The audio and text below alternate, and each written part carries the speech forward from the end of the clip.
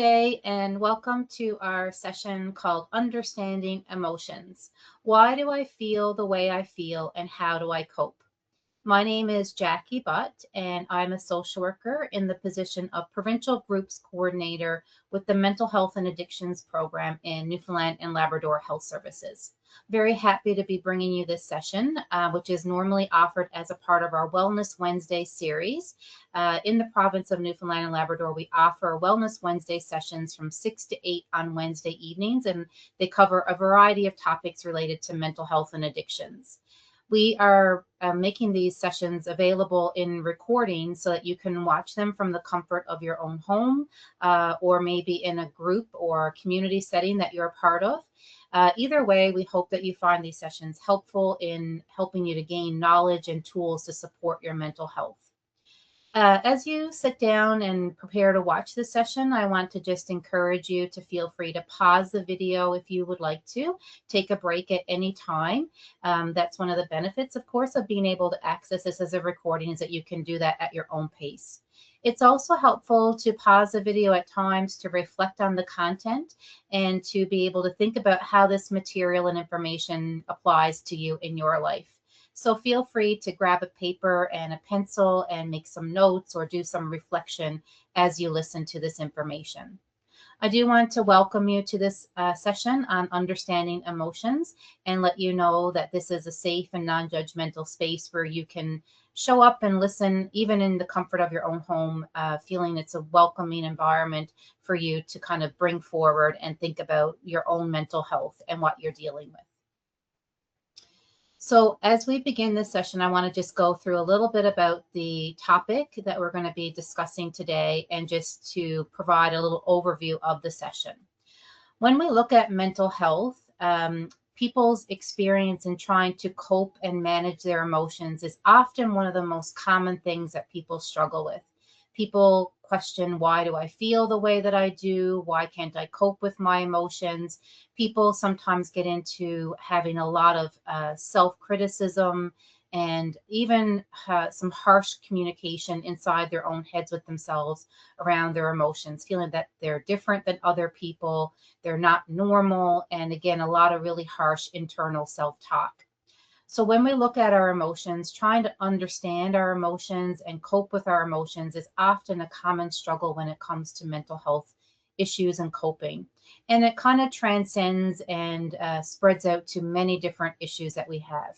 So being able to stop and think about our emotions and why we have them and being able to cope with them in more effective ways really is an important piece of holistic mental health. So I hope that this session is going to be helpful for you to be able to gain that insight for yourself, and hopefully in doing so to increase your self-compassion, your self-awareness, and of course your feeling of confidence that you have some tools to be able to cope with emotions.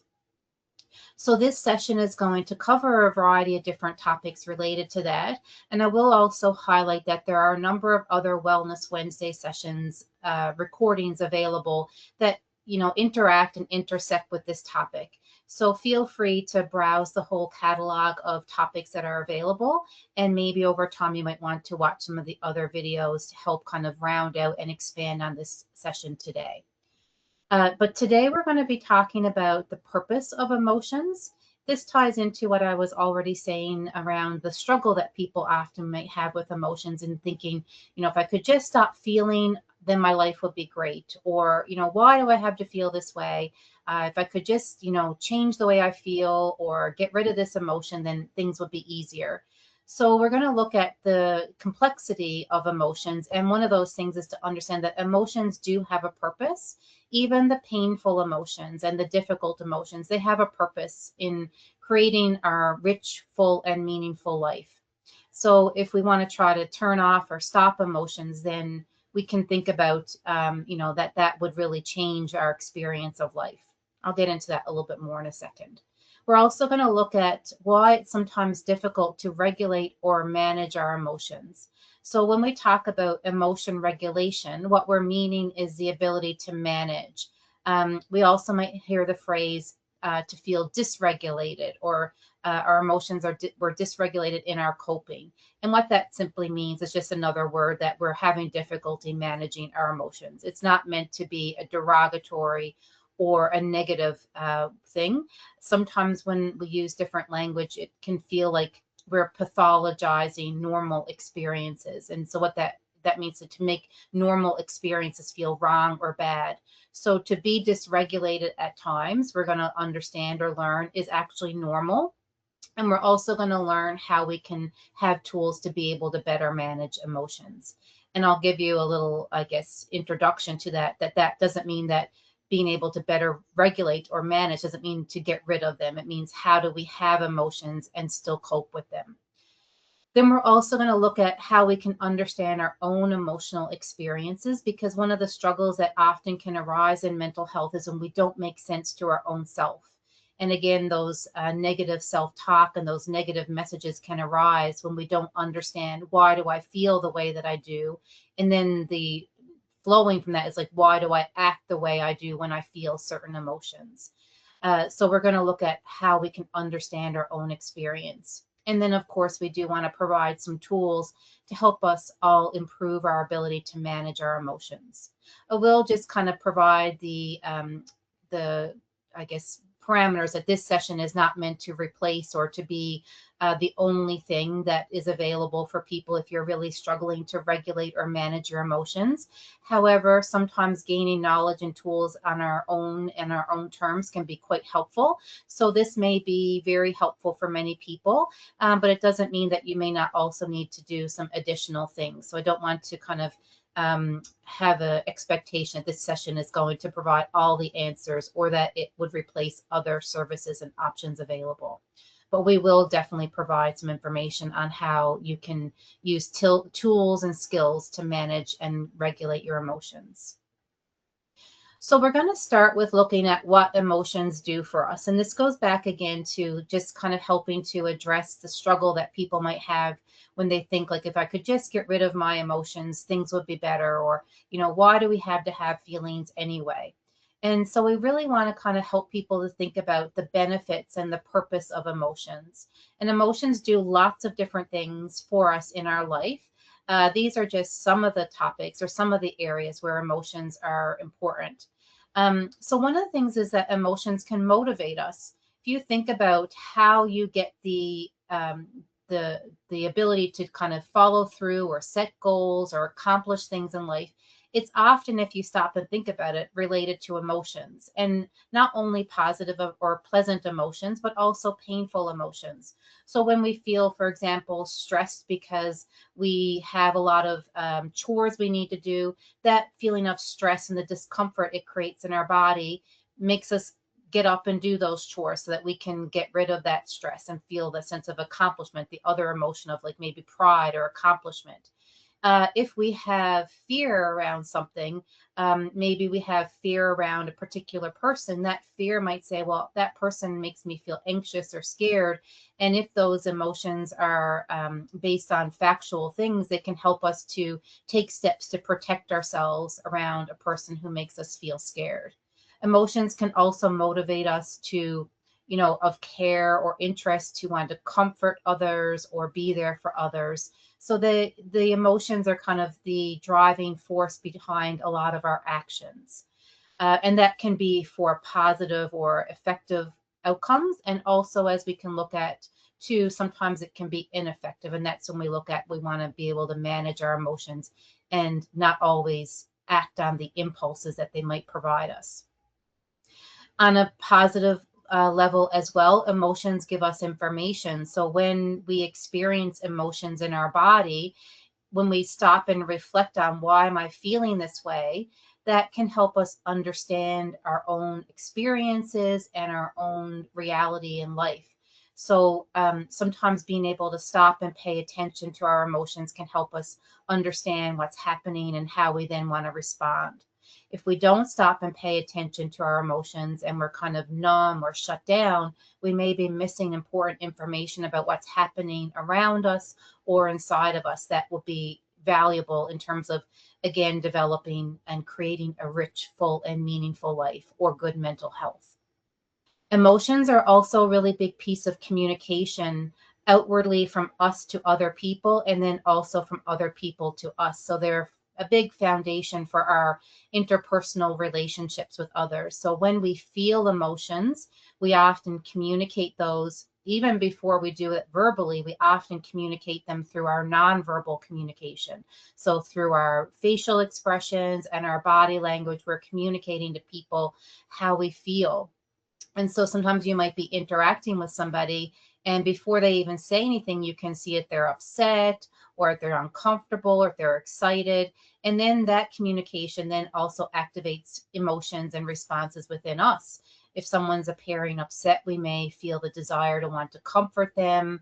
We may want to ask them, is there something going on that we can help with? Or, we may want to have a boundary and step back, depending on what the situation is.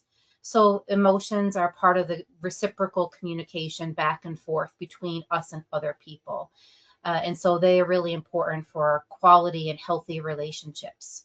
So you can think about music in a song and how emotions are like music. So this is a metaphor I sometimes think about for the purpose of emotions. So a lot of people enjoy music for lots of different reasons. But if we think about, movement and dancing, and if we were trying to move and dance with another person without music, kind of more awkward and hard to do, maybe even like not really feeling like we want to dance or move. So when we put in music, though, it kind of gives us like the vibe of how we want to move and how we want to interact, whether we're dancing by ourselves or with other people. And so emotions are kind of like that in life. They're kind of like the music to the dance of life. And so without those emotions, things become um, pretty different for us to try to manage and get through. So if you've ever tried to numb or you've ever felt numb, you can feel like that some of the magic and the quality and the richness of life can be missing. So emotions provide that. And while they can also at times be painful, just like we might sometimes listen to music we don't really enjoy, they still are purposeful to us. So if you just stop and think about that, like what would your life be like without any emotions? Because the thing about emotions too is that we can't just pick, we want to feel one thing but not another. It's kind of all together. So if you think about trying to live a life without emotions or being in relationship with people without emotions, life would be pretty cold and pretty, different and unfeeling, of course. So again, while we're wanting to acknowledge and validate that emotions can sometimes be painful and overwhelming, to have no emotions would be also very different and difficult, be painful in a different way. So emotions are important for quality of life. At the same time, what brings a lot of people to this topic and this session is the awareness that it's sometimes difficult to manage our emotions. And this is where we can get into struggles and feel like our mental health is impacted. And when people feel like their emotions are difficult to regulate, what often happens is that people feel like it's something wrong with them as an individual. So this slide is just talking a bit about what makes it hard for everybody. These things are applicable to everybody. And we want to look at this so that we can take away some of the shame and the blame that can go along with those struggles that we may have. So I'm just going to go through these different points and just explain a little bit about why we might have difficulty managing our emotions. And as I go through, again, this is a time that you can reflect and think about which of these may be applicable to you or which ones may be more applicable than others. I would just suggest probably that, everybody is impacted by some of these things at some times. Maybe one might be more prevalent or common than the others, but maybe kind of go into this with an open mind, thinking like, how does this one apply? Not so much does it, if it applies, or, maybe does it apply, but think this applies and how might that be the case for me? So the first one is biology. So sometimes for some people, biology plays a role in the ability to regulate emotions. There's many different ways we can look at this, and I'm probably not going to cover all the exhaustive ways of how biology can have a role to play, but I'm going to highlight a couple of really common ones that we see in mental health. One is that when we think about human beings and our personality and our temperament, Some people are born with a temperament or a personality or the biology where they have intense physical sensations and intense reactions. They feel their emotions very intensely. And this even goes back into infancy and childhood, that we can see, perhaps if we're watching some children play and one child breaks a toy, and they kind of like look at the toy and they maybe get upset for a minute and they move on to a new toy. Another child might break a toy and they may get really upset and start to cry and have more difficulty moving on and playing with other toys. So in their innate biology, in their temperament, they may have a higher intensity of reaction and emotion. With also with biology, there can be another piece of the puzzle where that when people do have that activation of emotion, they are heightened for a longer period of time. So what we say is they have a slower return to baseline. And so in that biology, the child that has a broken toy and is really upset, it might take them, maybe a couple of minutes or maybe a bit of time to kind of be able to soothe, to be soothed, and to kind of settle back down again. So that's an example of biology that's related to kind of not something that we choose or have, control over that experience. What we do have control over as we grow into adult years and into maturity is being able to understand that that might be happening, and then how do we cope? Again, how do we regulate when that happens? We also can see biology can play a role in our hormone levels, and just other, we might be biologically predisposed to having certain mental health issues. So biology can play a role in different ways. We also know that sometimes lack of skill can make it hard to regulate emotions. And when we talk about lack of skill, it's not in a judgmental or a critical way. One of the things we often talk about in our groups and in these Wellness Wednesday sessions is that skills are things that we can learn. Just like we learn our alphabet, we learn how to tie our laces, we also can learn skills that can be applicable to our mental health. Some people are really lucky and have great role models and have environments that are rich in modeling really effective skills. And some people are not able to have that modeling or that learning for lots of different reasons. So sometimes what happens just through how life unfolds is that we can end and land in our teen years and then into our adult years, and maybe haven't had the opportunity to learn, for example, how to set boundaries or how to communicate effectively, or in this topic, how to manage emotions effectively. Not because we're not capable, not because there's something wrong with us, not because we're defective as a human being or flawed or not worthy, but just because we haven't had the opportunity to learn. We haven't had the teaching. And then what happens is, because maybe we haven't had the teaching or the learning, again, as I've already talked about, and I'll keep reinforcing just how this can happen, is that we think, oh, everybody else knows how to do this and I don't, so there must be something wrong with me. But if we can actually just step back and understand that maybe I didn't get healthy role modeling for how to manage emotions. Maybe I actually got the opposite.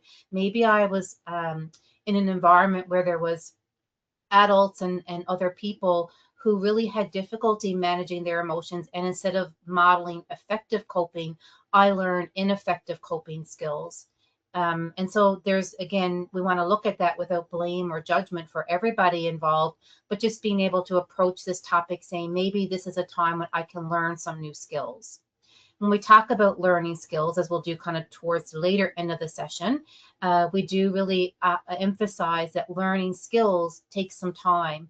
So what again happens when people maybe are starting to get exposed to some skills is they think that they should have it perfect right away. But if you think back to like learning anything like your times tables or your alphabet, you were exposed to that learning repetitively over time. And so when we're learning new skills to manage our emotions, we do need to give ourselves time and practice and exposure to be able to practice and get these skills to become more natural and more accessible to us. So we'll look at that a little bit more later. Another thing that can make it difficult to regulate emotions is what we call reinforcement of emotional behavior. So what that means is that sometimes in our life and in our environment, we get positively reinforced to engage in dysregulation. So for example, if I, in my relationships, when I get angry and I yell, maybe people in their fear give me what I want because they just want to like avoid my anger. So if I'm yelling at people because they didn't do what I wanted, then maybe people will rush and do what I want because they want to avoid my anger. And so indirectly or inadvertently, that then teaches me that when I yell and when I get angry, I get my needs met. This is, again, not something we want people to feel guilt or shame around. It's a natural human need to get our needs met. We want to get our needs met. And sometimes if we don't know how to get them met effectively, again, we may have learned other ways to get our needs met. So that's what we mean by reinforcement. Another way would be, opposite to anger would be if I have difficulty and I get really overwhelmed by things and I shut down and I feel like I'm not capable, I don't know how to do this, I need help, and I just kind of had difficulty managing life. Maybe someone in my life or more than one person in my life comes in and helps me kind of, make the phone call or, do the project or whatever it might be. So I'm getting reinforced that helplessness and that thought that I can't do things on my own. I'm not capable. So people in their care or in their desire to help might kind of try to help me with that, but then inadvertently it's kind of reinforcing that behavior and that emotion of helplessness. So when we have that environment where that's being reinforced, it makes it hard then to do the opposite. The next one is mood. And so what we mean by mood is that when we develop habits of emotions, and so we kind of can develop patterns where we have our common emotional state. So for example, someone struggling with mental health might have a persistent mood of sadness or persistent mood of anxiety. And when we get into this loop of a particular mood or emotion, sometimes moods can be reinforcing and self-fulfilling or um, perpetuating, in that when we'll look at this when we look at later the model for emotions. But when we get into a mood state, it affects how we think and how we interpret things, and we can reinforce or perpetuate an emotion being more persistent and more present. So that can be a part that makes it hard. So if I'm already anxious, it's going to affect how I interpret cues and experiences in my life. And I'm maybe more likely to interpret other events to reinforce my anxiousness or my worry or my fear. The second last thing here we have on this slide is what we call emotional overload. So we all can experience in lifetimes where there's just a lot of things happening, a lot of overwhelming things, a lot of stressful things, a lot of painful things. And we can feel like we're emotionally overloaded, and then we're not able to manage things maybe as effectively as we would at other times. So thinking in your own life about times when you just had a lot of stuff on your plate, or maybe it feels like, a period of life where there's just like one thing after another, and we just feel like I can't handle anything else. I just am like at my limit. And then we're not as able to regulate emotions effectively. The last thing we have here, and this is not, again, an exhaustive list. There are other things that can make it difficult, but these are very common and very broad and holistic points. But the last thing we're going to talk about here is some inaccurate beliefs around emotion. So we call these emotion myths. And we're going to go through some common emotion myths now. So again, as I go through these myths, you can think about which of these might you sometimes believe, which ones of these might be things even around other people around you might believe, and you can see them in action.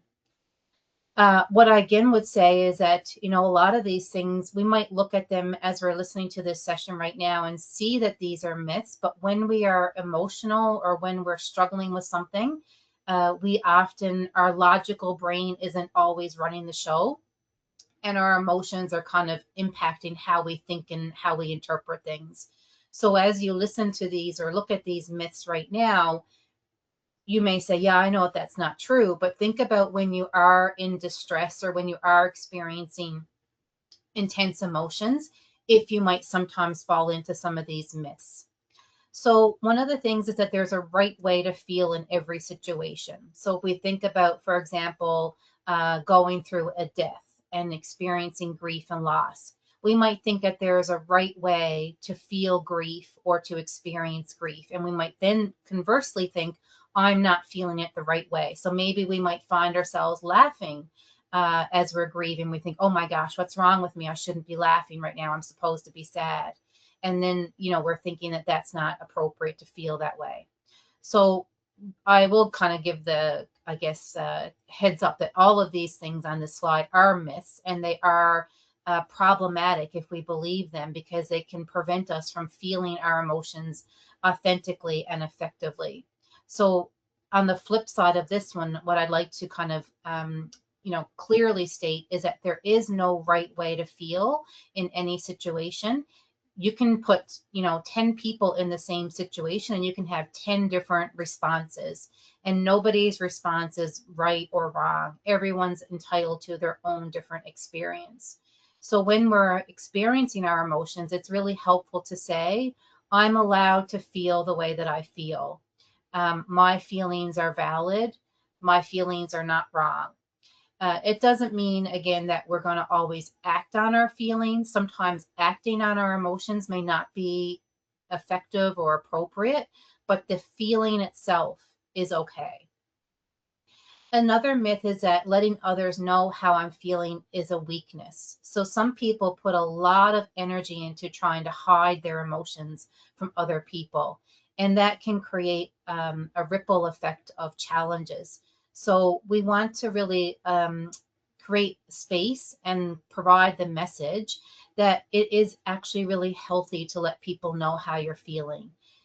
One of the words that can be used in this situation is vulnerability. So being able to show our vulnerability. Being vulnerable doesn't mean that we're weak. Being vulnerable doesn't mean that we then let people take advantage of us or hurt us. By being vulnerable and honest with our emotions, we actually can be more effective, more healthy, more strong.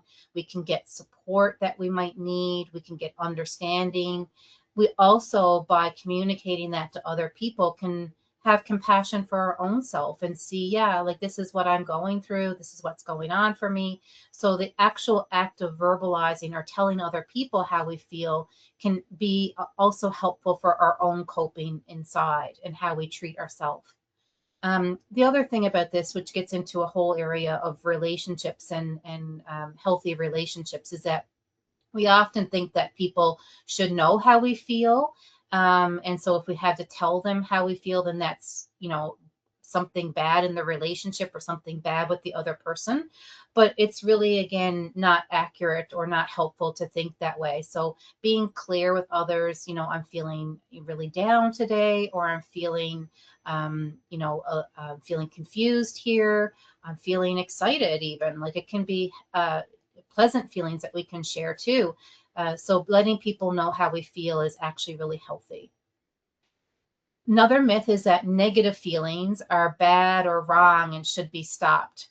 And throughout this session, I'm going to be mindful to use the words painful feelings and pleasant feelings, because another thing that happens when it comes to emotions is that we sometimes view some emotions as bad or negative or wrong. And that's actually not helpful. So we want to really kind of normalize and express that all feelings are normal. There are painful feelings for sure. There are emotions and feelings that are very difficult to experience and to live with and to manage, but no feelings are bad. And when it comes to they should be stopped, again, of course, we don't want to stay in those painful feelings all the time. But when we try to stop them or prevent them or numb them or get rid of them, it actually usually causes more pain in the long run. So we'll talk about that some more when we get into ways of coping, but being able to see that there's no such thing as a bad or a wrong feeling, and we really can't, and it's not helpful or effective to try to stop our emotions. Again, what we're wanting to work towards is being able to cope effectively with our emotions, even the painful ones. So kind of along the same lines, the next myth says some emotions are stupid. I think I'm already kind of stating, and I'll just restate it once more, that there are no bad, wrong, or stupid emotions. Lots of times when we do our mental health groups, like, people will say, it's stupid that I feel this way, or, I know this is dumb. But we really work on helping people to understand that there is no wrong feeling. One of the powers of being in group, or going back to the sharing, is that often when someone says it, like, it's so stupid that I feel this way, is pretty much always they're met with a response, well, I feel that way too. And so when we don't talk about our emotions, we do tend to feel like we're the only one that has that reaction or that experience. And so the more we can talk and share, the more we realize how much more alike we are to other people. Another myth that we have is that painful emotions are a result of a bad attitude. So sometimes people might say, oh, just change the way you think, or, don't be so negative, or just get over it, or like lots of really unhelpful things that people might say when we're struggling with painful emotions.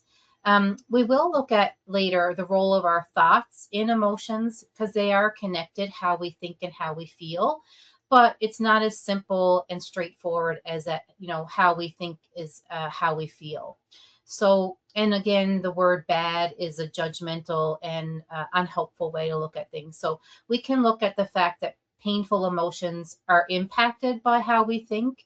Sometimes if we have habitual patterns of perceiving things through a more negative lens, that can be a contributing factor to experiencing more painful emotions. But it's, again, not about having a bad attitude. And we can't just automatically change how we think. And sometimes people try to force themselves to have, again, like a positive attitude, but what often results is more what we might call toxic positivity, where we're just trying to force ourselves to think positive things, and then we're dismissing and invalidating our own self or other people for their struggles, which doesn't really help. Another myth is that emotions can happen for no reason. So this one's a bit confusing for a lot of people, because they often can feel like their emotions just come from nowhere. All of a sudden they're feeling sad, or they're feeling anxious, or they're feeling angry, and they don't know why they're feeling that way.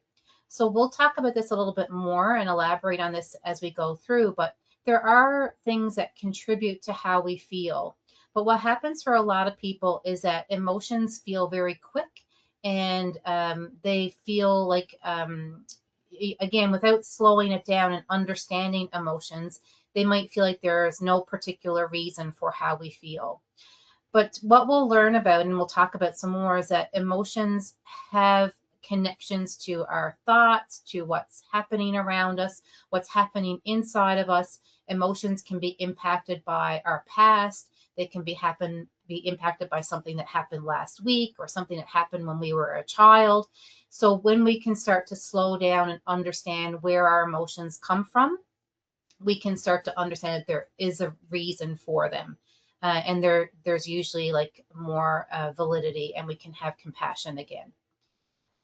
Then getting towards the end of this list, another myth is that my emotions are who I am.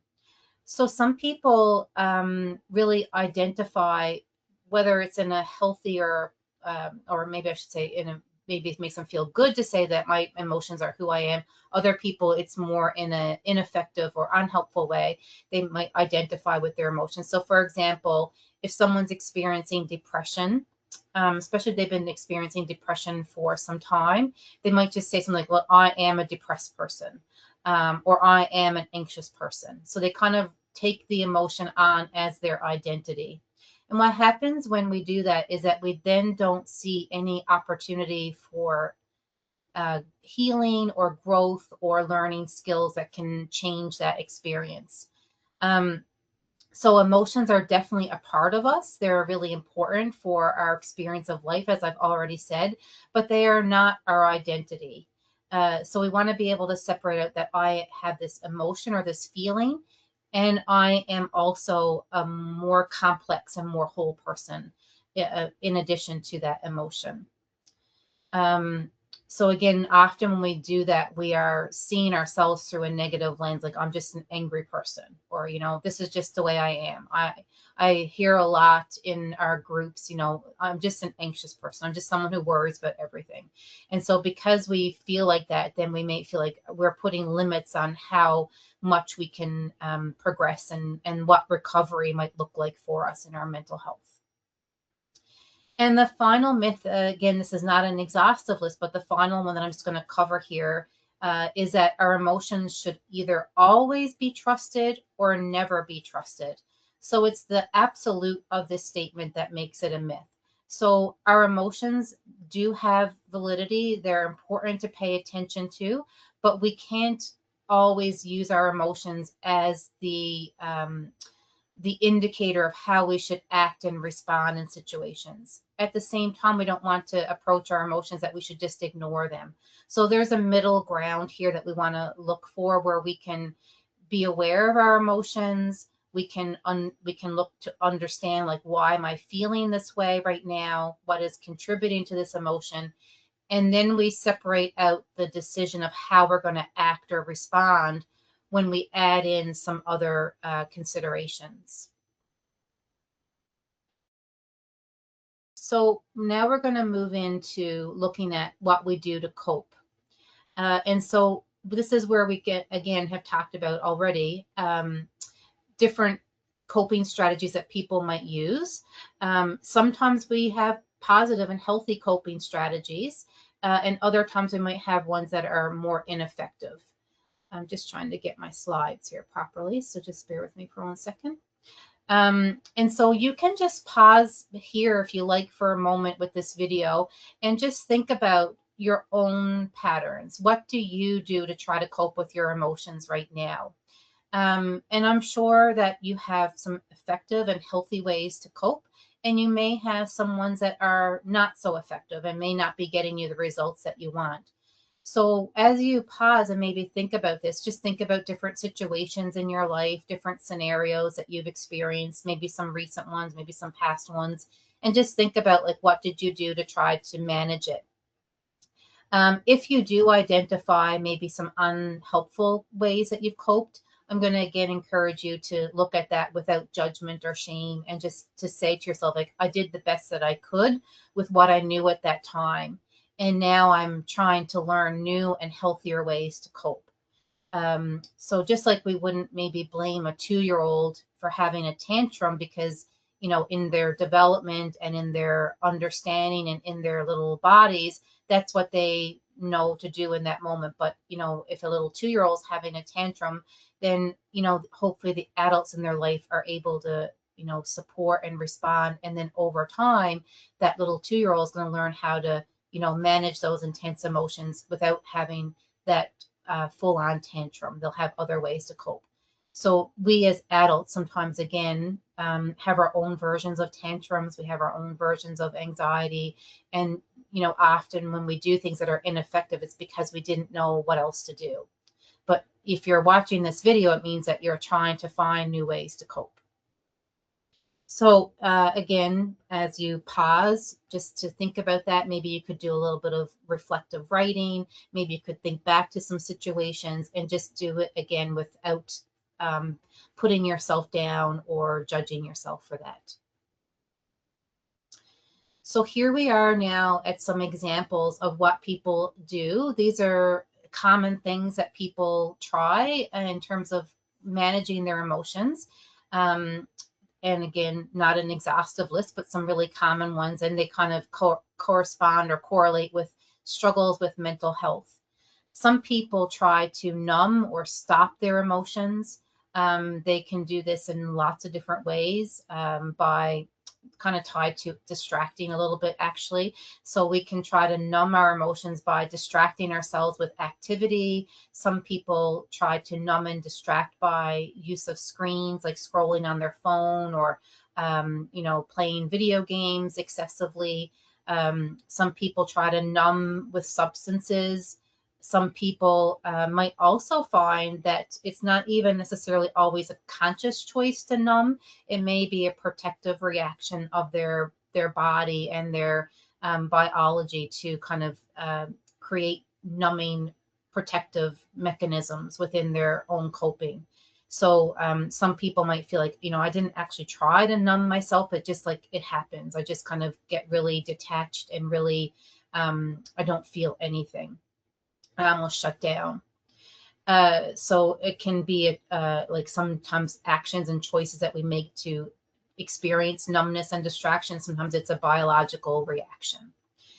We also can try to distract ourselves, like I mentioned. So sometimes it can be with, things like activity and screens. We can distract ourselves with other people's problems. We can be, have difficulty having quiet time or alone time. So we distract ourselves with busyness, having endless to-do lists. And then what happens for some people when they do that is when they kind of go to bed at night and they put their head on the pillow, all the things that they were trying to distract and numb from the day starts to come to them at that time of the day. So that can be very challenging. Some people try to avoid dealing with problems. So if there's particular events that are happening that are causing painful emotions, sometimes we try to just avoid thinking about it or dealing with it. So we may sweep things under the rug. We may try to not think about it at times. We may purposely, for example, avoid, if we have a conflict with a person, we might try to avoid seeing them or being alone with them so that we don't have to deal with it. Maybe we have, emotions of stress related to finances, and we don't open our mail because we don't want to see the bills. So we try to not look at the problem or the event that's causing emotions. Another way we cope is that we react explosively. So we kind of give in to the impulses of the emotions and we explode verbally. Some people may even explode physically by being aggressive or, engaging in behaviors that are, kind of releasing those emotions. So that explosion can be another way. And for some people who do that in the moment, it feels powerful. It feels like a release. But again, in the long run, it actually creates more problems and more pain because usually people have then more things to deal with, more problems that they have then on their plate. Similar again to numbing, sometimes we try to suppress our emotions. We literally try to push them down. We try to bottle them up. And so we try not to feel things. Well, other people may also try to cope by isolating. They might think, well, I'm just too much to be around. I can't handle other people. I don't want people to see me like this. So they withdraw and isolate from people in their life. And there's lots of other ways that we might try to cope. And this list here, of course, is more of the ineffective coping mechanisms. We're not really highlighting the effective ones right now because, again, if you have the effective ones, you may not be struggling and feeling dysregulated. In this slide, we're looking at some of the ineffective ways that we try to cope. So overall, the ineffective coping mechanisms are trying to stop or get rid of the emotions or just acting on the emotions without being able to pause. I'm going to show a video next to just illustrate some of this stuff. Let's see if this works here now. Okay, there might be a commercial first, so oh no, there we go.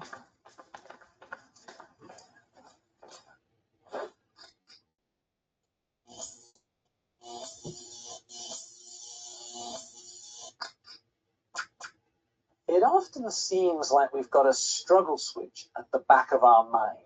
And as soon as an uncomfortable emotion, a painful feeling or memory shows up, it's like the struggle switch goes on and we start to struggle with it. So let's suppose anxiety shows up. Very common, painful emotion that we all get to experience. Anxiety shows up. The struggle switch goes on. Oh, here's anxiety. I don't like anxiety. I want to get rid of my anxiety. Now I've got anxiety about my anxiety. So it's getting bigger. With the struggle switch on, I now get, oh, my anxiety is getting bigger. How do I get rid of my anxiety? Now I've got even more anxiety. With the struggle switch on, I may then get angry about my anxiety. Why does this anxiety keep showing up? I hate this anxiety. Then I might even start to feel sad about my anger. Oh, is this my life? Oh, and then I may start to feel guilty about my sadness about my anger. Oh, how pathetic am I when there's starving kids in Africa?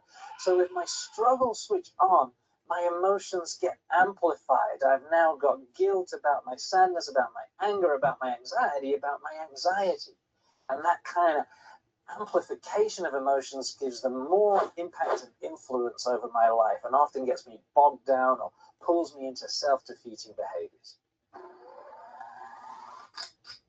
Now, what happens if I can switch off the struggle switch? With the struggle switch off, anxiety shows up, and it's not that I like it or want it or approve of it. It's just, I'm not going to struggle with it.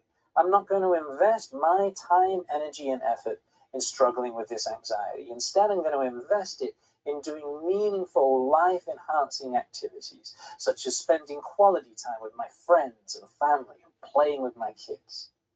Now, with the struggle switch off, the anxiety is free to move. It may get higher, it may get lower, it may move quickly, it may move slowly, but the point is it's free to move. It doesn't get amplified by all of these other emotions, which make it kind of bigger and stickier and make it hang around for a lot longer. So there's no such thing as a life without anxiety. It shows up for all of us. But when anxiety shows up and the struggle switch is off, it's so much easier to live with than when the struggle switch is on. Okay, so that video illustrates just some of the ways that we try to cope, and it uses the metaphor of a struggle switch. So I think that this video is probably relatable for most people, and how we try again to stop or get rid of an emotion. And then what happens is we kind of get a fear of the emotion itself. We get a desire to, just one second, now I'm going to move the slide. We want to get rid of it. And so in the efforts to get rid of it, we create a fear around the emotion. And so then that also creates this vicious cycle then, where we start to do things to either prevent the emotion from happening in the first place, or again, to numb or escape from it when it does arise.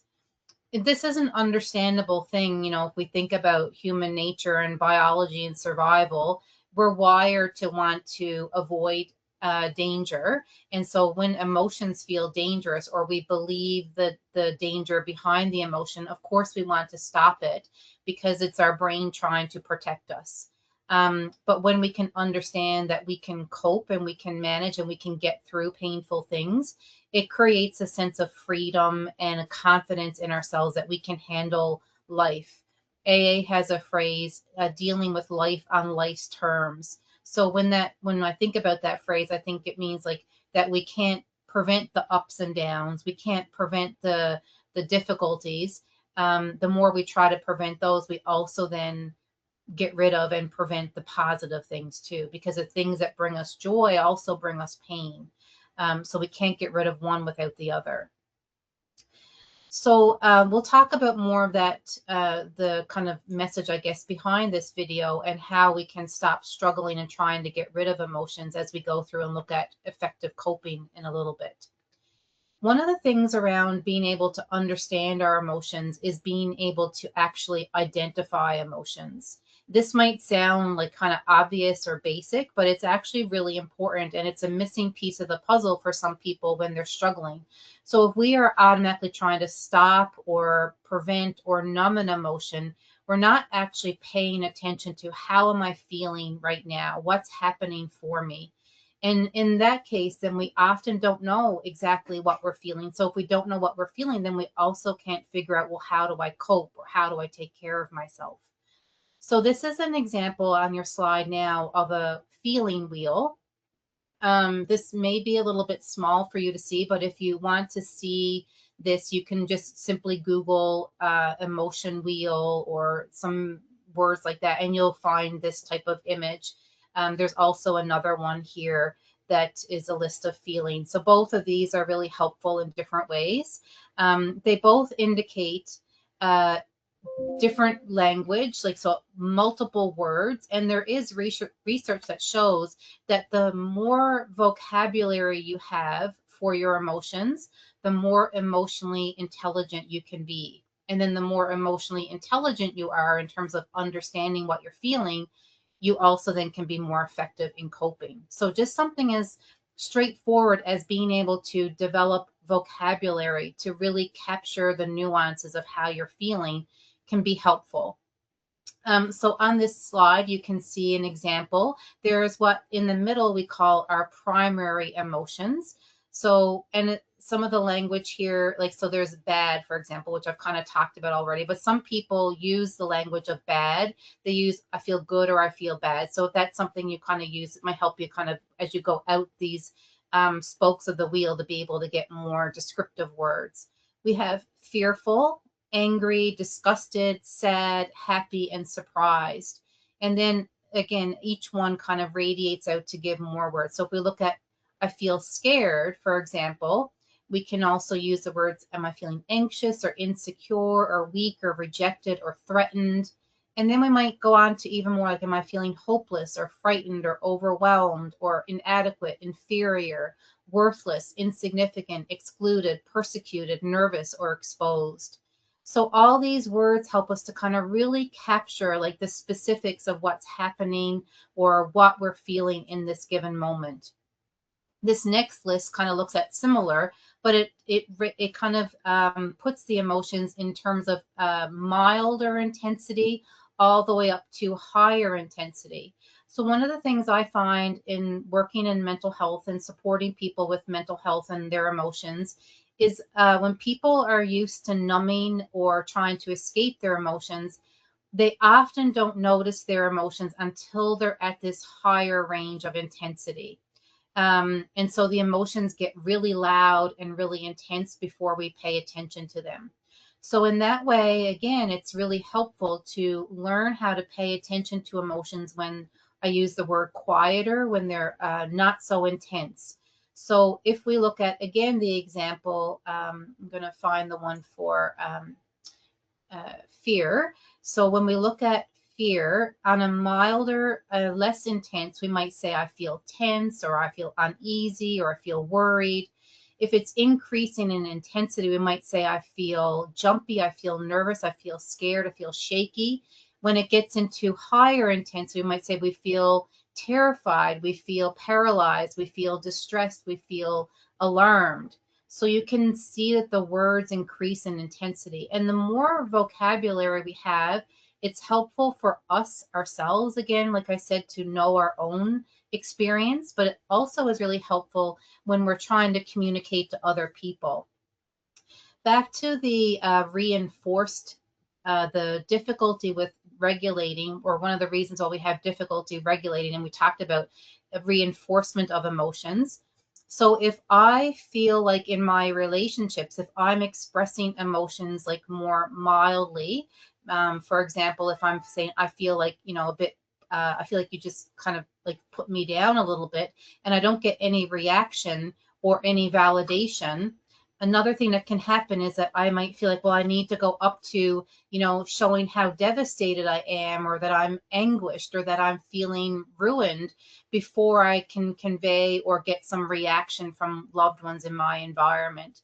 So if this is a part of what's happening for you and you feel like I need to like escalate the intensity of my emotions in order to get support or validation, that might help you to understand why sometimes the emotions are starting to feel more intense for you, because that might be reflective of your environment. At the same time, like knowing that if you do that, then that also, even if it has that payoff, it also has a consequence that you're then feeling that intensity yourself too. So that gets into a whole area again, like I said, about interpersonal relationships. And there will be other Wellness Wednesday sessions around improving communication and improving relationships. So this is an area that can be helpful to think about being able to develop your language. So if you have any ability to kind of Google this emotion list and print it off, it's something you could even just look at if you're trying to connect with yourself and say, how am I feeling right now? Or if you're talking to a loved one, you're trying to understand them, you could pull out a sheet like this and say, let's look at these words, or let me look at this and see like what word feels like it fits the best, or more than one word, because sometimes we feel more than one thing at a time. And we'll look at why this is also helpful when we look at this example of this model called Wise Mind. So Wise Mind is a skill and a tool from dialectical behavior therapy. And this is really helpful in understanding emotions and understanding why we have difficulty with emotions, to be able to have this concept of these different states of mind. So in this image and in this slide, we have reasonable mind and we have emotional mind, and where they overlap, it's called wise mind. So I'm going to just go through this and explain it to you so you can again think about how this applies, and I will normalize again that this is applicable to everybody. We might think with emotions, if we have difficulty with emotions, we might think, gosh, I wish I could be in my reasonable mind all the time. Like that idea I said earlier, like if I could just stop feeling, then everything would be great. The reasonable mind is logic based, and it looks and acts like what's the best decision here. So it's kind of using logic and rational thinking to figure out how do I want to respond. So the emotion mind, on the other hand, is responding from feelings, and it's not considering logical choices or rational information. It's about what feels good or right in this moment. So I'll just use an example to illustrate this. So if I have plans with a friend to get together and they cancel at the last minute. So my emotion mind might say, they don't care about me. They're not a good friend. You know, nobody really is there for me. I can't count on people. You know, I'm just better off like not having friends and not counting on people. And so that emotion mind might make me, you know, want to like say something to the friend like, you know, well, forget it. Like, I'm not going to hang out with you anymore, or, you know, just really shut down and withdraw from the friend. The reasonable mind, the rational mind, might say, well, you know what? They said that they had an emergency come up, that they wanted to reschedule. So, you know, I shouldn't feel upset because, you know, this just happens in life and this is just the way things are. So the reasonable mind doesn't really allow any room for emotions of hurt or disappointment. It's just kind of only focusing on the facts. The emotion mind doesn't allow for consideration of the facts, that there maybe was a reason for the friend canceling at the last minute. We also can see on this image that there is an overlap area called wise mind. And wise mind is kind of the ideal spot to be able to be as much as possible. But at the same time, I want to acknowledge that it's not possible to be there all the time. The wise mind is the overlap between the emotion mind and the reasonable mind, where we can access both. So it's like having a foot in both places. So my friend is canceled with me at the last minute. I acknowledge I'm really disappointed. Maybe I'm even hurt by, you know, them canceling. Maybe I do think, gosh, you know, this is not the first time they've done that. This is like, seems to be becoming a pattern, and I can let myself feel like the disappointment or the hurt from it.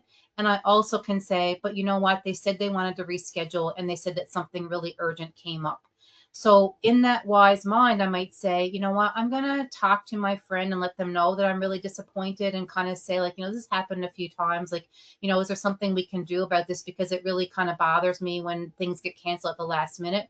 But I'm not going to like end the friendship, and I'm not going to like push them away or totally withdraw. So I'm allowing room for both states of mind to be there, and I'm going to try to make a decision and proceed and act acknowledging both things at the same time. So when we, another thing to look at with this model that I think is helpful when we're looking at being able to understand our emotions and being able to regulate our emotions is sometimes when something really distressing happens, we go into our emotion mind. That is, again, a normal reaction when there is intense crisis or stress or something really upsetting. We go straight into our emotion mind most of the time. Most of us do. And when we are in that emotion mind, there is often a period where we're actually not able to access or really kind of draw upon our reasonable, rational brain.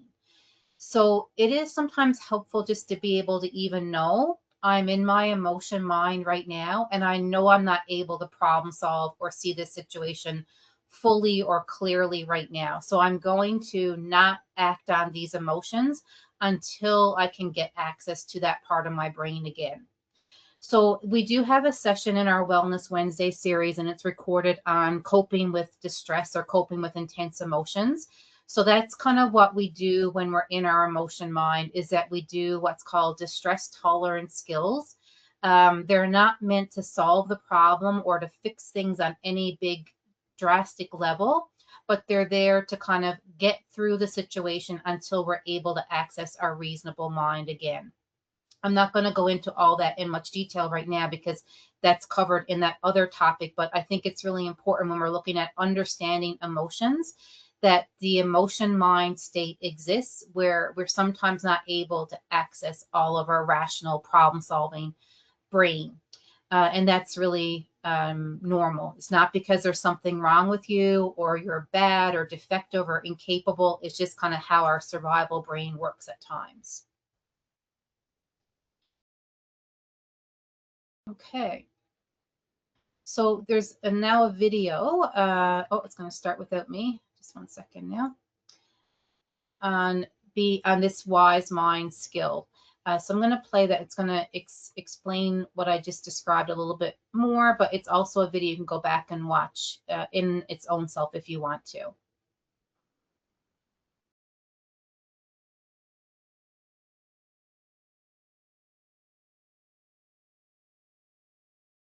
Wise mind refers to a state of mind or a state of being where you are the wisest and make the most effective decisions. We want you to learn how to recognize wise mind and how to get into that state on purpose, even when you are upset. First, let's distinguish wise mind from two other states of mind that we're frequently in: emotion mind and reasonable mind. Emotion mind is the state of mind when your emotions control your thoughts, urges, and behaviors. When you're in emotion mind, your emotions dictate your responses, regardless of your long-term goals. With anger, you might lash out at someone or engage in road rage behavior. When you're in emotion mind with sadness, you might stay in bed all day and neglect your responsibilities.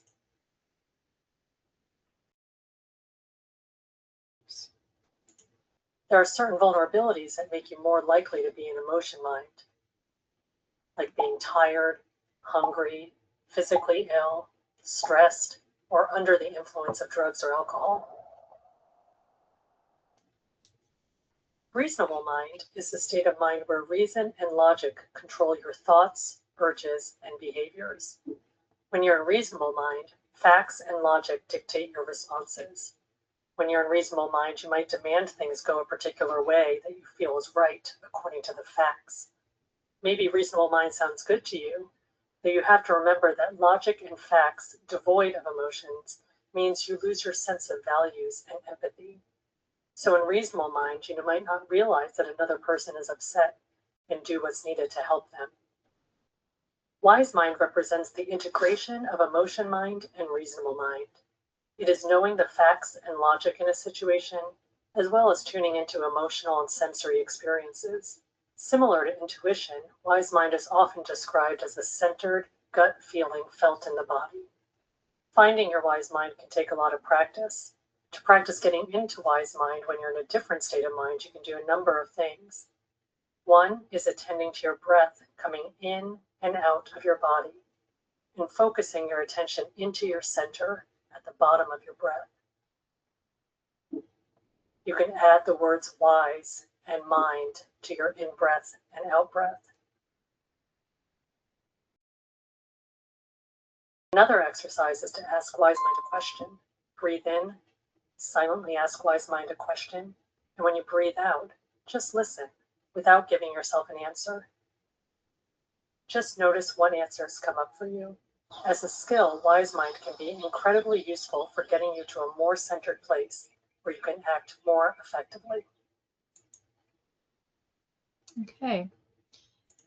So again, that's just some more explanation of the wise mind skill. Hopefully that makes sense and you can practice that in your own awareness. So again, I think sometimes just being able to acknowledge I'm in my emotion mind right now. And sometimes we just need to give ourselves a little bit of time before we can access our wise mind. I also like how in this video they illustrate that, again, that idea, like if I could just be my reasonable mind all the time, things would be better. But as it says, you know, you're not able to access then the emotions that add richness and meaning to decisions and to experiences in life. So now we're going to move into this model of emotions, model for describing emotions. This is going to help us again to gain some understanding into like the components of emotions and why we feel and how we experience emotions. So in mental health, a lot of people come into seeking services or seeking supports or want to make changes because they're struggling with some emotions, sometimes more than one, but sometimes people might identify a primary emotion such as anxiety or depression or anger that they're struggling with a lot, and they want to change how they feel. And so what we talk about is that there's no direct way to like flip a switch and change how you feel, but there's all these different pieces of an emotion, all these different components that create an emotional experience where we can intervene and where we can change the outcome or the way of coping. So this might look a little bit confusing in the beginning, but I'm going to talk through this model to help illustrate this process for emotion. So if you start over here on the left side, we're going to start here where it says attention and awareness with a prompting event. So with an emotion, the emotions start with a prompting event. So I'm going to go to the example again that I used earlier. So maybe the prompting event is a friend and I have plans for this evening, and my friend has just texted and said, I'm not available to follow through with the plans tonight. So if I didn't read the text, there's no awareness of it at that moment. So there's no emotion. This whole cycle doesn't get started until there's actually an awareness of the prompting event. But once I read the text and see that the plans are canceled, then this becomes a situation that I'm going to react to. So my reaction is impacted by my interpretation of the event. So how I think about this cancellation, what are my beliefs about it, is going to affect how I feel. So if my friend canceled and sent the text that I'm not available for tonight, we'll have to reschedule. If my thought is, oh gosh, something must have come up, I hope they're okay, that's going to change, that's going to affect how this whole model gets played out. If I had the thought, like I said earlier, like, you know, they don't care about me, you know, they just like, they don't want to hang out with me, and this is just their way to get out of it, then that's going to have a whole other impact of how this model rolls out. I'm just trying to get my cursor back here. Somehow it's disappeared. Oh, there we go. So yeah, so my interpretation is going to affect this. My interpretation is also affected by what we call pre-existing vulnerability factors. So these pre-existing vulnerability factors can be quite complex, and they can be different types of factors. So I'm going to break it down into two categories. One is kind of more immediate and short term.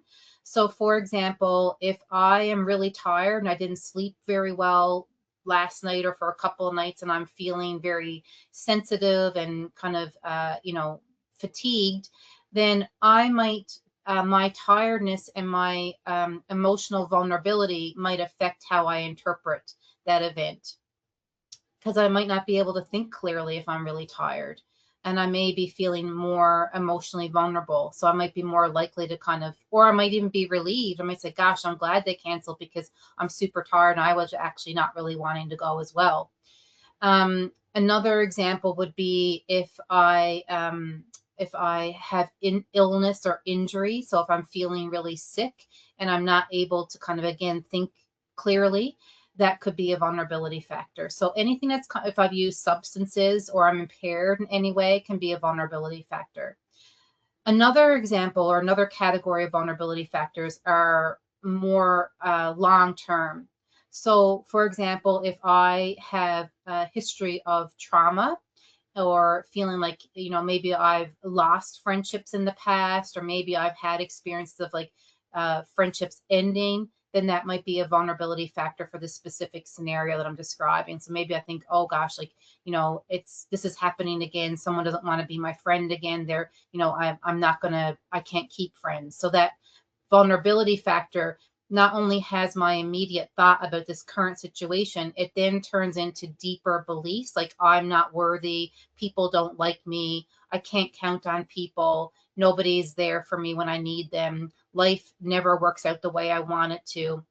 So sometimes if we have life events that have been traumatic or challenging or difficult, they actually create longer term beliefs that we then, it's like wearing a lens, like putting on glasses that we see the world through. So if I have a long-term or core belief, like nothing ever works out for me, then my friend cancels our plans. I'm thinking, see, there, I was looking forward to that and didn't work out. Like, why do I even get excited about things? Because nothing ever works out.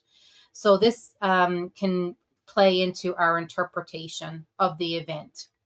So again, how we interpret is a big piece of how this rest of this cycle plays out. So the prompting event, I'm aware of the text. I start to think about it like, I'm going to use the example of like, yeah, nothing works out for me.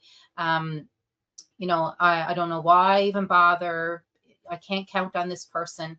And so then very, very like almost at the same time, it's all very quick. It's not like kind of over minutes. It's usually really feels like it's all at the same time. My biology changes. So my brain starts firing and sending messages, and my nervous system changes. So if I'm having that interpretation, like nothing ever works out for me, I can't count on people, this person doesn't want to be my friend anymore, my body's going to start to react and respond. So we have physical sensations in our bodies that correspond to all of our emotions. So perhaps I might start to feel like nauseous in my stomach. I might feel like my shoulders tense up. I might, get a pain in my head. So there's different sensations that are going to happen in my body depending on what's the interpretation and the experience. Again, all that then leads into action urges. So if I have this thought like nothing works out for me, this person doesn't want to be my friend, why do I even bother? I might have the action urge, the desire to just withdraw and isolate and just not even respond to the text and ignore my friend when they message again. It's like, well, hey, when are we going to reschedule? Or, they might say, sorry, I had to cancel. And you might just say, well, I'm not going to bother anymore. That might be my action urge. You can see there's arrows here kind of like looping this around. So in this box also on the other side, there's our expression. So this is what's happening inside of us. And then outside in our expression, we have our facial expressions and our body language, what we actually say and how we act. So we want to differentiate between, like, while we have all this internal stuff happening, it's not that we automatically have to have the outward expression of it. This is where we do have some choices and some tools that we can use. Actually, in fact, this whole way in this model, there are skills and tools that we can use. So there's skills that we can use around noticing and changing our interpretations. There's skills we can use around, again, awareness and changing or minimizing the vulnerability factors. There's skills we can use around our our internal body state and our action urges.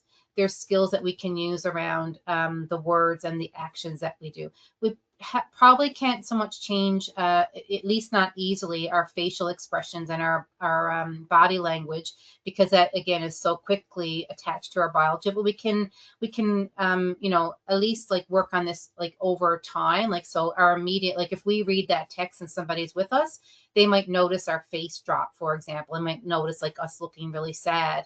We don't necessarily have to change that. It doesn't necessarily have to be a problem, but if that kind of gets perpetuated and you know, is not something we change over time, then that can become problematic. So at this point in the model, all this has happened, and we might name the emotion as disappointment or hurt or despair, loneliness, rejection. There could be more than one word that we choose to name it as, but we can give it a name and be aware of it. But some people, again, don't do this. So they just kind of like have all this stuff happening and they don't give it attention. They try to stop it. They try to ignore it. They try to suppress it. But again, you cannot necessarily like bypass that reaction in your body. Then all this kind of moves along here. And then like in the video, the struggle switch we watched, then we might have another emotion. So if I feel rejected, then I might get angry. I might say, well, why do people keep doing this to me? Like, why is the world this way? I might feel guilty, thinking like, what did I do wrong? Why am I such a bad friend? Why does nobody want to be with me? So we can have secondary emotions, which then can lead to another whole series of prompting events. So that can become its own prompting event of that emotion. And then the cycle happens again. So with this cycle can be happening, you know, frequently. We might feel like it's happening constantly. We might feel like we're caught in this loop of this whole cycle and don't know how to break it.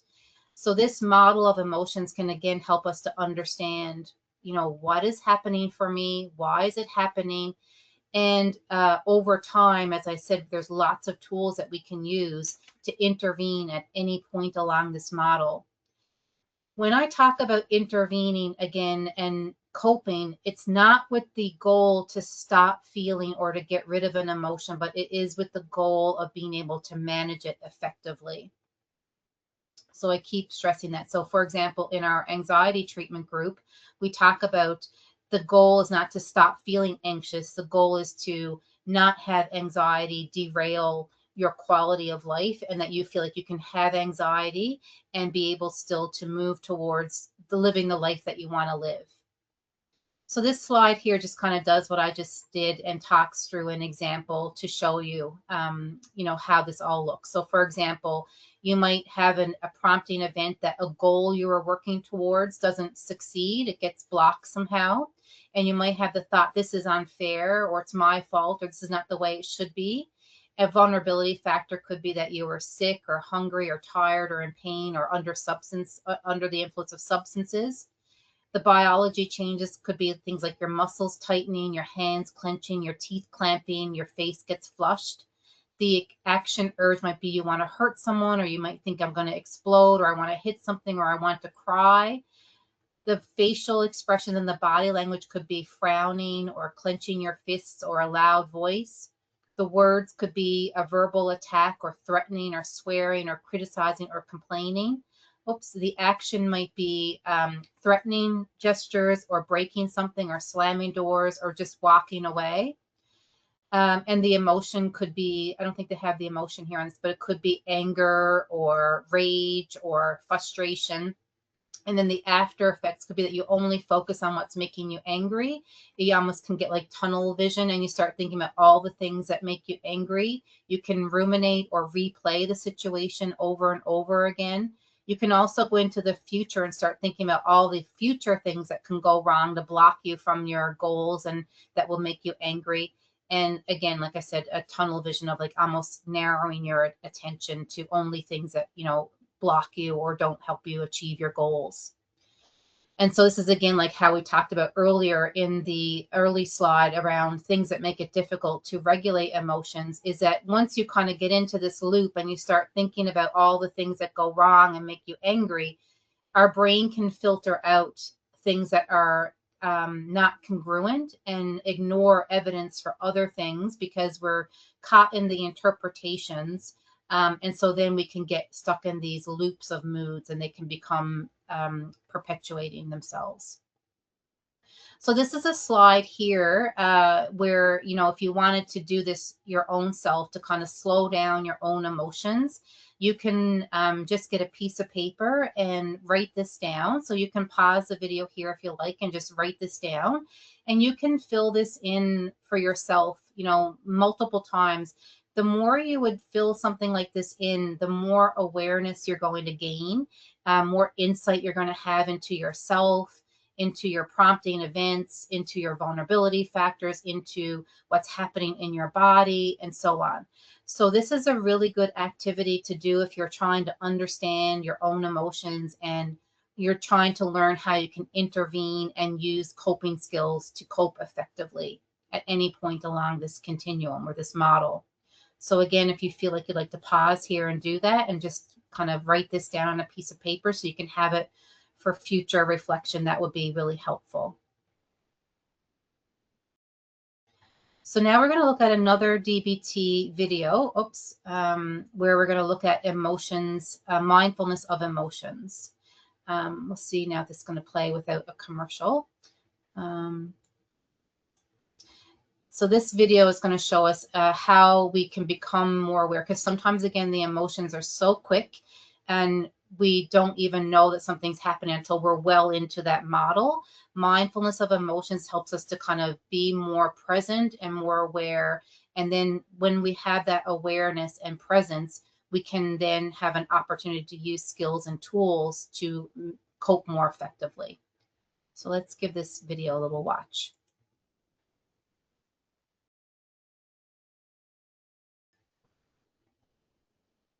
Mindfulness of current emotions is a skill to decrease emotional suffering by allowing yourself to just experience an emotion in the present moment. When difficult or intense emotions arise, we often try to change, reject, or block them because they're so painful. Sometimes this works, but lots of times it doesn't. Mindfulness of current emotions is a way of experiencing your emotions without necessarily acting on them. In order to learn, you can experience them without falling apart.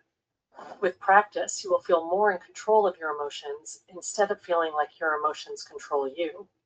Start by noticing and observing your emotion. See if you can experience your emotion as a wave, coming and going. Imagine surfing this emotion wave. At times, it will come to a peak and then will subside. This is hard to remember when you're in the middle of an unpleasant emotion, but no emotion lasts forever. And actually, the duration of an emotion is much shorter when you just acknowledge its presence, instead of intensifying it or keeping it around by thinking about all the things that made you sad or all the reasons another person has made you angry. Don't try to get rid of the emotion. Don't try to keep it around either. Be willing to experience the emotion just as it is, like a wave. One way to stay in the present and practice this skill is by focusing on the physical sensations that you're experiencing. This step involves noticing where in your body you're feeling emotional sensations and experiencing them as fully as you can. It helps here to be curious. Do you feel tension in your forehead? Are your fists clenched? Is there a feeling of emptiness in your stomach or a lump in your throat? Do you notice tears in your eyes or pressure in your chest? You may notice quick, shallow breaths. You may notice your heart racing. These are the kinds of sensations you want to observe. See if you can notice any subtle changes in these sensations as you pay attention to them, or notice how long it takes before the sensations change. As you continue to observe your emotion, remember that you are not your emotion. You don't have to act on it. There is no emotion you haven't experienced before. There is no emotion that has lasted forever. It can also help to remind yourself that there were times when you felt differently. Part of this skill involves respecting and loving your emotion. This might sound ridiculous or too hard at first. Loving something is the opposite of fighting it. By letting go of judging or rejecting your emotion, you are closer to accepting it, which will help you let go of emotional suffering. Perhaps you can start by noticing how this emotion makes sense, or telling yourself it's okay to feel this emotion right now. Remember, for this skill, observe your emotion by experiencing it as a wave coming and going. With curiosity, notice physical sensations in your body. Finally, practice loving your emotion. Okay, so I mentioned earlier in this session that learning skills is a part of improving our coping, and sometimes we haven't had an opportunity to learn skills. So this skill of observing and mindfulness of emotion is a skill that you may not have practiced or heard or learned before, or maybe you've tried it and it didn't really work very well for you, and so you thought, well, that's not going to work for me. There's something, I'm not the same as other people, that's not going to help me. So when you come across or you're exposed to new skills, I do want to encourage you to be willing to practice them more than once and in more than one situation. And one thing that sometimes happens for people is that they often try a new skill for the first time in a really, really difficult situation. And so it's kind of like someone who doesn't know how to even use a hammer saying, well, I'm going to build a house. So the endeavor is too complex. It's too hard for where your skill level's at. So practicing mindfulness of emotion and this whole experience of like experiencing your emotion as a wave that you're not trying to stop or get rid of, it can be quite hard, especially if it's a really challenging or difficult or complex situation. So trying it with something easier and building up your ability. Think of it like building a muscle. You want to start and build up your strength over time and with practice. So being able to practice mindfulness of emotion is going to be the opposite of what we talked about earlier with those ineffective coping skills, like where we're trying to numb, suppress, avoid, or where we're acting out and lashing out or reacting from the emotion mind without having the reasonable mind or the wise mind to also influence us. So imagining your emotions as a wave, say to yourself, I'm feeling whatever it is that you're feeling. Imagine those emotions like waves kind of that you're riding, and you can't stop a strong wave from coming towards you. You can't try to get rid of it or push it away. So we're not trying to block it or suppress it. But we're also not feeding it either. So sometimes when people are having, like, again, a difficult emotion, they start looking at all the evidence of, like, you know, why they should feel that way. And they're kind of like going almost like sifting through their mind for past events or going into the future, thinking about all kinds of future possible events that could also make them feel that way. So then we're adding to the emotion, we're adding to our suffering. What we do when we're doing mindfulness of emotions, we're just coping in this moment. We don't have to cope for tomorrow or next week or next month or next year. We're just getting through this moment. I'm just feeling these emotions right now. And again, sometimes that's scary for people because they think if I actually allow myself to feel this feeling, it's never going to go away. And they might feel like they're going to keep with the wave metaphor. They might feel like I'm going to drown in this wave of emotion. But if you actually do the opposite and you ride it, then you can see, as it's described in this video, that, you know, waves of emotion ebb and flow. Sometimes the wave doesn't go away completely, you know, immediately. Sometimes it does, goes away pretty quickly. But if it's something, you know, more prolonged, for example, if we're going through a grief and loss, if we've lost a loved one through death, that's obviously going to be a wave that's going to be there for quite a while. But it's not always like the same height or the same intensity. It can ebb and flow. So the more we try to stop it, the more intense it gets. So this is one strategy and one way we can try to cope with our emotions more effectively. Another thing that we can do goes back to the model and the prompting events. Sometimes when we're struggling in mental health, we feel like we can't really do things that bring us or we feel like we don't have the energy, or we don't feel like what's the point, or there's lots of different things that might happen that we just kind of are going through the motions of life. And a lot of those motions might be just dealing with difficult things, stressful things. So one of the things we want to talk about in terms of coping with emotions is actively seeking out pleasant and positive things that can then help us feel positive and pleasant emotions. So even when we're going through difficult things, it's okay to seek out pleasant things. So, finding things that you enjoy, or again, one of the big tools is being able to be mindful, to be in the present moment. And so when there is something positive happening, we can actually experience it and we're not kind of distracted by the other prompting events or the other situations so that we can't notice it. So I'll go back to the model and the example I've been using to illustrate. So if my friend cancels on me and I'm disappointed and I'm feeling hurt, but maybe then another person texts me and says like, hey, I got, there's a good movie playing. Do you want to go to a movie? Then I can allow myself to move on in that moment and say, okay, well, the other plans canceled, but now I can do this other thing instead.